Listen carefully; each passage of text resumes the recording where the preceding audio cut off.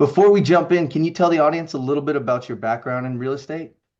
Yeah, so I started in real estate when I was 24 years old, and I always tell people that, I've always started with real humble beginnings, didn't have a whole lot of money, not whole lot of cash, didn't have a college degree, but I had a lot of drive and ambition, and I just wanted to do something, better with life. For me, real estate was appealing because one, you had the freedom, you had the time. You made your own time, made your own schedule, had the freedom, and you can make a lot of money. You really can make a wonderful living. I've made over $11 million selling real estate in my 29-year career as a real estate agent. I say that not bragging, just to let people know that it is a really good, lucrative profession that you can get into, and it doesn't cost you a whole lot of money to get into. And if you can connect with the right people, that I've learned early on, after about 2 years in the business, I learned that I needed to connect with some key players, and that's what helped propelled me. And now I'm doing the same thing for other agents. So it's been good, very blessed. Awesome. That's quite the career. I'm excited to speak with you about today's topic. So let's jump in. So for Sure. buyers asking, how much house can I afford? What key financial factors should they evaluate before they start their search?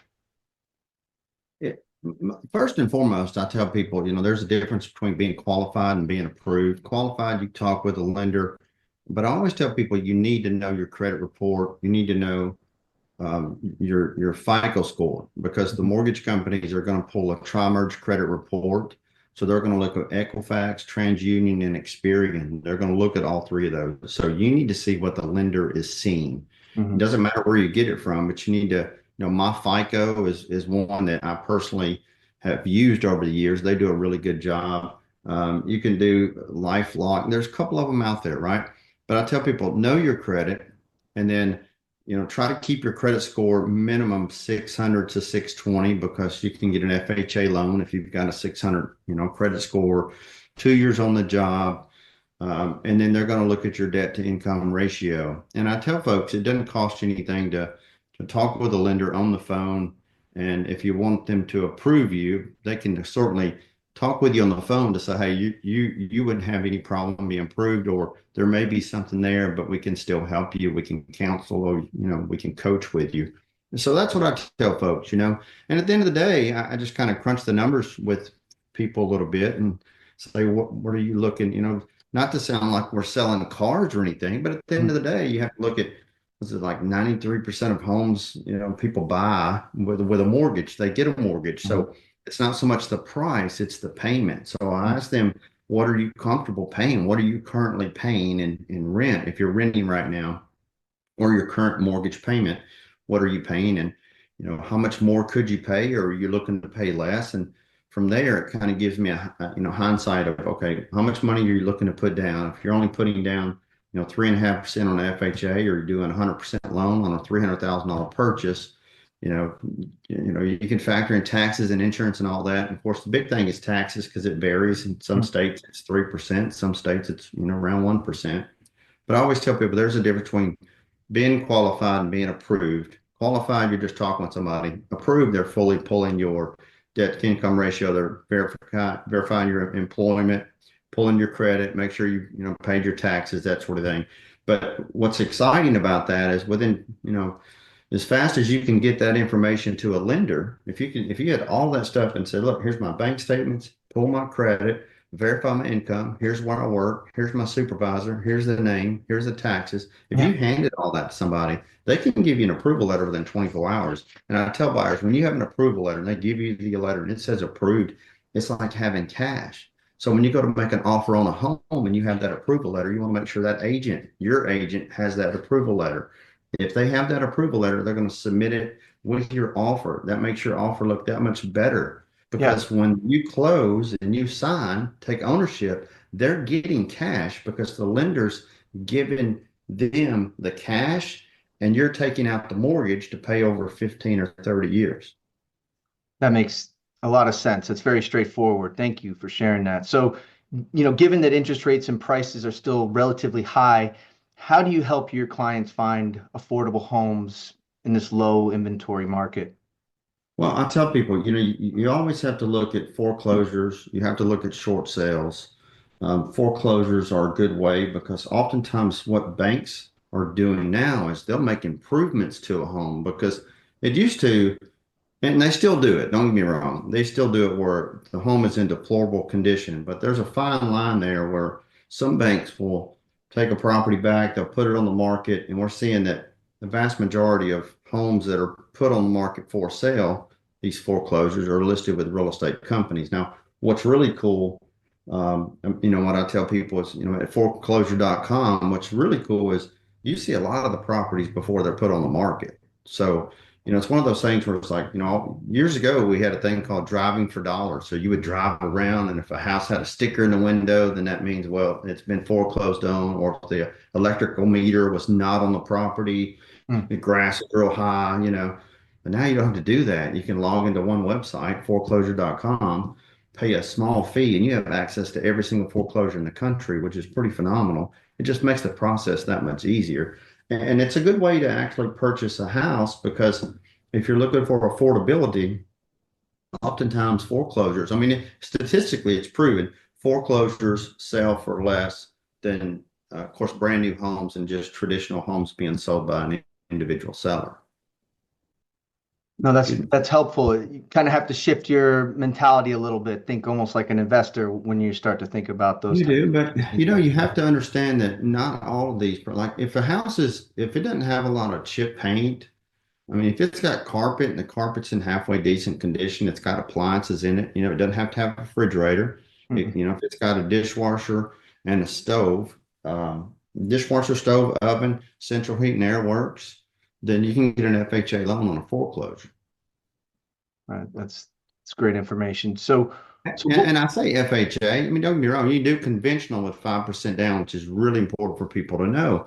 But a lot of folks don't have a whole lot of cash. What we're seeing now in this market, as far as affordability, is they're looking at maybe a 6.5% rate today. mm, In the year of 2025, you're looking at around 6.5% rate.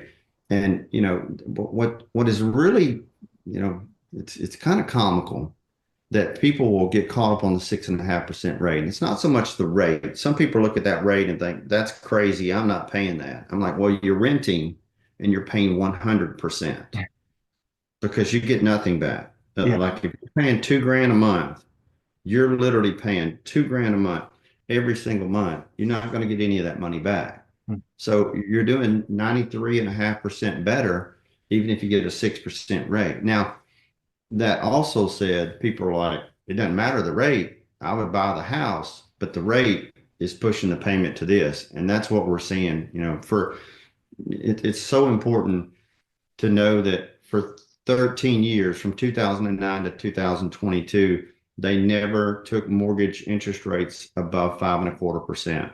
So Mm. you have some 63% of people that have a mortgage have a 5% or lower rate. That's why we don't see a whole lot of homes on the market. So people say, well, what's the housing market like? And like, it's not a buyer's market nor a seller's market because on one hand, you don't have a whole lot of people buying. Mm. The year 2024 was the lowest home purchasing season since 1995 in 29 years. And the biggest part of that is because they never raised the interest rates higher than 5.25% until 2022. And then in 2022, from April 2022 until September 2022, the rates doubled. Yeah. Yeah. No, I know So that. that put the brakes on the housing market. And you had homes that went up in price and went up in price and went up in price. You buy a $500,000 home, you put 10% down, that's $50,000. You got a $450,000 mortgage. If you're in the South, like I'm in Louisiana, and tax rates run about 1%, well, your taxes are going to be about $4,500. What that means is when you escrow everything, and you're putting 10% down, you're still having to pay private mortgage insurance, that mortgage insurance that the mortgage company takes out in case you default, but you have to pay that monthly premium. Then you're looking at $4,000 a month. So you have homeowners right now that are in homes, and I tell people we have homeowners that are in homes and they couldn't afford the home they live in. And people ask me, well, how's that? What I don't understand, Wayne. And so, well, it's real simple. If They bought the home for 350. They've lived in it for 5 years. If they were to sell the home for 450, most people don't make a lateral move. They're going to sell their home for 450, typically to go buy five or 550. Well, a lot of people are telling me that they have a mortgage based on 360, 350 at a 3% rate. So if they were to turn around and buy a house for 450 at a 6.5% rate, they couldn't afford that payment. Mm. Nor they, some people just don't want to pay that payment. That's why when you look around at the country, we're putting houses on the market. The average days on the market is about 80 days. So we're not, and listen, real estate is hyper local, and that's what's really important to understand. Mm. When you talk real estate, it's you can say one thing, you can look at the big numbers, but you may be in Boca Raton, Florida, for example, and anything that you put on the market there under $400,000 is sold in a week. Yeah. So you just never know. Very good points. And you're seeing that, people are not wanting to move on the property that they're in currently. And then at the same time, people that kind of purchased in that, in almost, 2021, 22, a lot of them didn't anticipate the taxes and down here, really the insurance, jump in cost, and people are having some troubles, so that makes a lot of sense. So with that said, what trends have you noticed in New Orleans, Louisiana housing market? I mean, we've seen it's slow a little here, um, just like any other market, it's slow. The average price range is around 350. The average days on the market's about 75 days on the market. New construction is running about $200 a square foot. So it's a brand new home. If it's a 2,000 square foot home is going to run you $400,000 minimum. You know. Yeah. And there's some track builders that are less expensive than that, but for the most part, we just sold one the other day, and it was $405,000, and it was just over 2,000 square feet. I mean, it's $200 a square foot. It's a brand new home, Yeah. but it's $200 a square foot. That's just pretty much what we're going to see. And I don't think we'll ever see interest rates at that 3-4% ever again. Mm.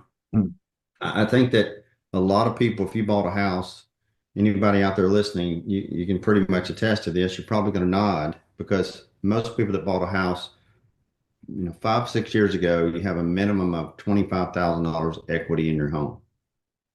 And so a lot of people are like, well, Wayne, I couldn't afford that house. Like I was just talking, people said, I can't afford the house. I'm like, well, let's look at this. Let's put the pencil to the paper.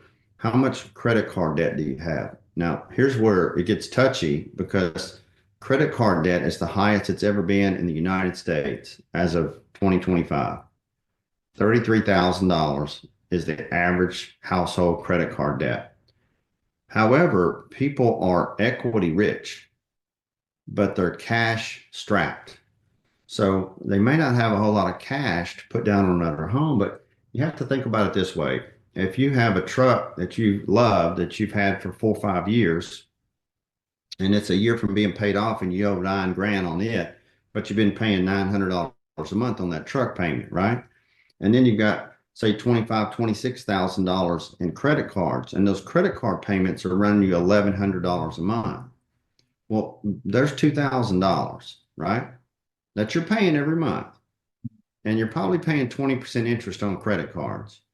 So something that people need to consider if you do want to move, and I'm not trying to talk anybody into selling a house. I'm just giving you enough information where you have to process it and think about it. Because it would be nice to only have one payment to live in a newer house, even though the rate's at 6.5%, because you can sell your house, take your equity that you have because you're equity rich. You may have 40, 50, $60,000. What if you had $33,000 in credit card debt? You had $65,000 in equity. You owed $10,000 on a truck note.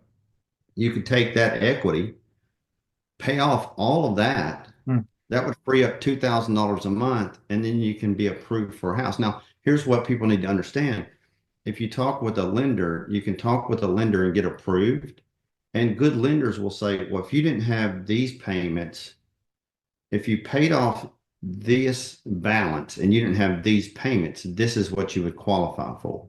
That's what people need to understand. You have so many lenders because, for God's sake, people have to understand they just made it mandatory that mortgage loan officers and lenders had to get a license to give you loans. I mean, people are like, well, the housing market crashed. I mean, you have to understand during that whole crash debacle and all the housing crash, all these people that were giving mortgage loans, they were working out of closets in their homes and they weren't even licensed. They didn't have to be licensed. They were just packaging stuff, going to Kinko's, making copies. Some of that shit got falsified. It was just sad, you know? Yeah. But and it caused a crash. But people have to understand just something that you own. I got credit, I have debt, I got a truck payment, a car payment, a boat payment, or whatever it may be. How much are your payments? And if those went away, so what a lender will do is say, you're approved for this if you pay off this with your equity. Go find a home. And at the closing, they take your equity and they pull it aside. The closing attorney overnights the payoff on your credit cards, the truck note, and then 45 days later, your new payment starts. They hand you the keys to your new house, and you get a new house. And now you have, and here's the thing, what's really cool about that is your house payment may have jumped $1,500 or $1,000, but if you just cut out $2,000 that you're paying, and now you freed up $500 a month, and you're in a new house. So I know a lot of people are like, oh, it sounds all great. You're a real estate broker. That's how you make a living. It is. It is. I don't care if you call me or anything, but it doesn't matter who you call. Just do what's best for you, the consumer, the person. And you have to know that at the end of the day, there's a reason why the wealthiest people on the planet buy real estate. It just makes you money. Yeah. That's very helpful. I think our audience will get a lot of value out of that. So thank you for I got, sharing. you know, I get a little passionate with it because I'm like, look at the numbers, look at the money. Let's think about it. Well, and here's the thing, what a lot of people don't realize, and they've been doing this for decades. This is how I learned it. I learned it when I was probably a teenager. And I remember being with my mom and they were selling one house and buying another home. And I remember them having a conversation about they had a couple of credit cards and such and they wanted to pay those off. And so what the lender did is they said, well, we're going to take your equity at the closing and we're going to pay those off. That way you're going to buy a new house, but you're no longer going to have these accounts. And the best thing you can do is close those accounts. Yeah. Now, I'm sure banks would disagree because, people have to understand banks spend more money on marketing and advertising than any other business profession on the planet. Absolutely, bar none. Like they spend hundreds of millions of dollars each year to advertise because that's how they make a living. That's why I always tell people, if you get your credit right, get your income right, and you're doing right, don't live, beyond your means, purchase what you can live with, stop keeping up with the Joneses. Hey, you know, then at the end of the day, and I know it's hard to, everything's gone up, was it a dozen eggs is $6 or something like that. It's been kind of crazy, but if you can live below your means, then you can certainly get ahead in life. Yeah. I think a lot of people are starting to realize that, especially as you get older, you know. I'm in my early 50s, and as you get older, but I've been there, done that. Don't get me wrong. Lord knows I've spent a whole lot of money trying to keep up with, nice things and cars and clothes and watches and it's like I deserve that, I Mhm. deserve that. It's like a trophy. Yeah. And I can't emphasize. If somebody said, Wayne, what would you do different? What would you tell your 24-year-old self? I would say, buy as many homes as you can before the age of 34. And if you never buy another one, that's fine. But at 24 years old, if you can work and try to learn and figure out how to purchase, and you do that by buying foreclosures, fixer-uppers, estate sales, short sales, bankruptcy sales, whatever it may be, getting good deals. You make your money when you buy. You make your money when you buy. You have to look at those deals. But if you can acquire 10 properties before you're 34 and just sit on those properties and do nothing, you have to understand when you're 64, they're paid off. When you're 54, they can be paid off. Or you only have 10, take and sell four, pay the other six off. Now you've got six properties that are making $2,000 a month in rent, 12 grand every month. Like, That's why if me telling myself, I would say absolutely buy real estate, buy real estate. And another good one is you got to look at, you can get an FHA loan on a duplex, a Mm, quadruplex, or a triplex, right? mhm. You have to you're supposed to live in one side for a year. You can rent out the others. But after 1 year, you can rent out the side that you've been living in and go purchase another home with a conventional loan. Can't have two FHA loans at the same time, but that's an opportunity for people to do that. And you can do that right now with programs that are available out there. That's why I tell people if you have any questions, I mean, you can reach out to us, go to contactwayne.com. Shameless plug, but contactwayne.com, Yeah. and if you got a 600 credit score, 2 years on the job, proof of income, and people ask me, well, Wayne, does it have to be the same line of work? It has to be the same profession. You can't go from being a school teacher to a CPA. You Mhm. can't go from being a pipe fitter to a fireman. But if you have the same line of work where you've worked at one company for 5 years and you just changed companies, 6 months, a year ago, but it's the same line of work, then they look at that as, well, you're good. That's great advice, financial advice, real estate advice. So no, again, thank you for sharing. Yeah.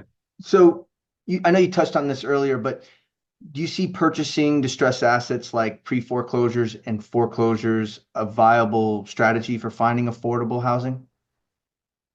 Yeah, absolutely. I mean, it's kind of a no-brainer. And one of the things that people have to look at it is, the quickest way to know is get that list. And you see the list by going to foreclosure.com, as I mentioned. Once you have that list, it's fun to ride around and look at those properties because these properties are vacant, nobody's living in. You can get out, walk around, kind of poke around. Sometimes they're listed with real estate brokers, sometimes they're not. The best thing you can always do is have an agent working for your corner on your behalf that way. And listen, what's really interesting is all these, if once it's listed with a real estate broker, they want you to have an agent because they're literally the instructions in the multiple listing service with the real estate company say have your agent. So you have an agent, and a good agent gets, the compensation that agent's commission paid by the seller. 99% of the time, good agents do that. So it didn't cost you anything to have that representation. But you can get some really good deals on houses just by doing a little fix up. Now, what's really nice is if you have cash or you have means to get some cash or have cash. I've had people do this. I've had people say, "Well, my parents or my in-laws are going to loan us the money to buy a property with cash." Well, then you can buy it with cash, turn around and fix that property up. And then once you fix it up, they can sell you back the property. You can get a mortgage on it. You can pay them back and then some. There's so many different ways to do it. Yeah. I tell folks that you even if you just went and got a hard money loan from a hard money lender, you purchased it, and even if you had to pay 15 or 18 or 20%, you have to understand it's not so much the cost of the money, it's the availability of the money. So if your ability to get money and make improvement, especially if you're willing to do a little work, replace carpet, paint, countertops, paint cabinets, do any kind of thing, you have to know that everything and all this stuff, houses are sticks and bricks. And if somebody put it together, every single property that you look at, that if it's in, deplorable condition, it can still look new. It once was a brand new place. But it's important to get out, drive around, look at the houses, poke around, look at the windows, and listen, just ask contractors, subcontractors, get to know those people. What does it cost to replace carpet in a home? What does it cost for painting? Can you paint yourself? What about electric? Anything like that to make those improvements, you can certainly get ahead in life. Like hindsight, looking back, I would have bought a lot more foreclosures because you can buy a foreclosure, and if you purchase that house that's distressed and then fix it up, you bought it for $80,000 and now it's worth $140,000. Well, the bank's going to loan you all day long 80% of that. Well, that's how these folks get really wealthy with real estate. And then once you do that two or three times, then you have cash. So now you're buying it with cash, you're improving it with cash. You buy a $150,000 home, you put 35, 40 in it. So now you're up to 190. It's worth 250. They'll loan you 220 out of it. You got all your money back and then some. and then you hold that as a rental, or you hold it to live in, or you just buy it to flip, you know. But people Yeah. have to understand that the houses are still selling. There's always a need for homes. Even though last year was the lowest year, and there was still over 4 million homes sold last year. That's great. Yeah, it was like 4.1 million homes sold last year, and that was the slowest year in 29 years because the interest rates went kind of crazy over, and it was slow in 2023 too. But people are still buying houses. So I always tell people, don't get crazy with any kind of flips. Just, people don't like carpet as much, but they like carpet in the bedrooms. They're okay with that. But, there's all kind of little nuances. We got videos over at my channel, WayneTurnerTV.com. You can check that out. Whether you're buying, investing, flipping, first-time home buyers, buying land, you want to build or anything, there's all kind of opportunities out there. No, I love watching your videos. They're very helpful and informative. And um, basically, you segued perfect into our next question, which is, what are your expectations regarding housing inventory and the availability of affordable homes? I think that, it's kind of crazy because you see these gurus are like, oh, it's inevitable. We're most likely to possibly see a recession. I think that's what one of the gurus said. I was like, what, like, why'd you have to put three adjectives in there? It's like because nobody really knows. Nobody really knows. What I personally see is people getting used to and adjusted to and realizing that the rates are what they are, and they're kind of just there's a lot of people out there that really do want to own a home. So even in like real estate agents, and we talk with real estate agents and brokers on a weekly basis, and I tell them there's more people that want to own a home than you really realize. There are a lot of people out there want to own a home. The sad thing is, and that's what we try to do on our channel is to teach people to make it simple. It drives me a little bonkers that, a lot of when I was in school, and I'm 53. But when I was in high school, you had to take 2 years of a foreign language.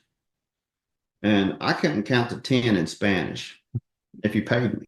And so, but yeah, they don't teach you interest, compound interest, simple interest. They don't teach you credit cards. They don't teach you how to balance a checkbook. They don't teach you how to buy a car, house. They don't teach you anything. And then you go to school and they'll give you a free frisbee and a t-shirt if you sign up for a credit card. Yeah.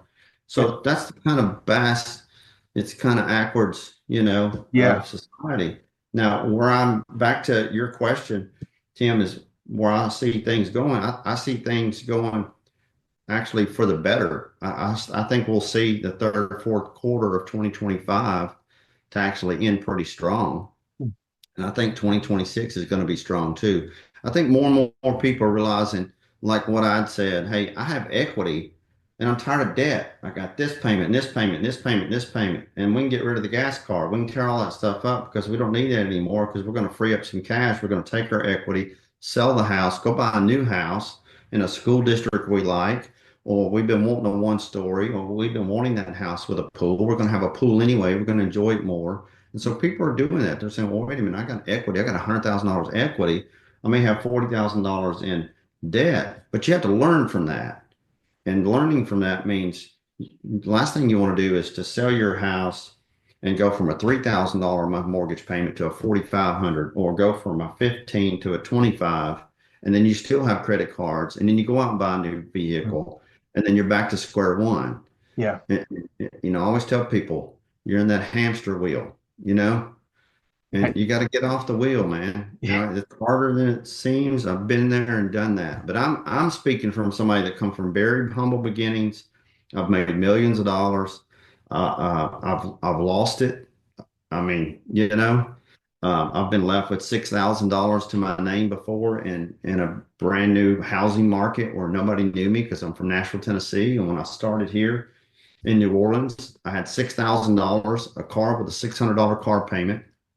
But I said, it's people and houses. Give me a desk, a chair, a phone, and a computer where I can access the MLS, and I will sell real estate. And I have. Like it's people and houses. That's why I tell folks, I tell real estate agents, it's people and houses. And we teach real estate agents how to do that. We teach buyers how to buy houses. We teach homeowners how to sell their home as quickly as possible for the most amount of money and the least amount of stress. That makes a lot of sense, especially people, appreciate genuine when you genuinely care about them. And I think a lot of business in general, sometimes you forget that it's a person on the other side. So I feel that every time I speak with you and watching your videos. So thank you again. Wayne, that's all the time we have for today. But is there anything else you want to mention to the audience before we jump out of here? No, just if anybody has any questions, concerns about, getting qualified, approved, we have lenders that we refer people to around the country. So it doesn't matter where you are. If you can hear my voice, you're watching this video, it's important to know you can do that and go to contactwayne.com. You can book a call with me or one of my staff members. We'll reach out to you, talk with you, ask you a few questions and get you in the process. If you own a home, you need to sell a home. Oftentimes people get kind of behind the wheel, so to speak. They may get behind a little bit. And I always tell them, instead of just dumping the property, reach out to us and say, hey, Wayne, I've got a home. I've been behind in my payments 3 months. Like we can help folks any facet. You're a real estate agent, you're buying, you're selling, it doesn't matter. You can go to wayneturner.com. Our YouTube channel is wayneturnertv.com if you want to learn more, or, book a call with us at any time at contactwayne.com. That's great. We'll definitely add a link in the description below. Um, if you found this video helpful, please like and subscribe to our channel. And don't forget to sign up for our free foreclosure email alerts. Until next time, I'm Tim Jones with foreclosure.com. And thank you for joining us today.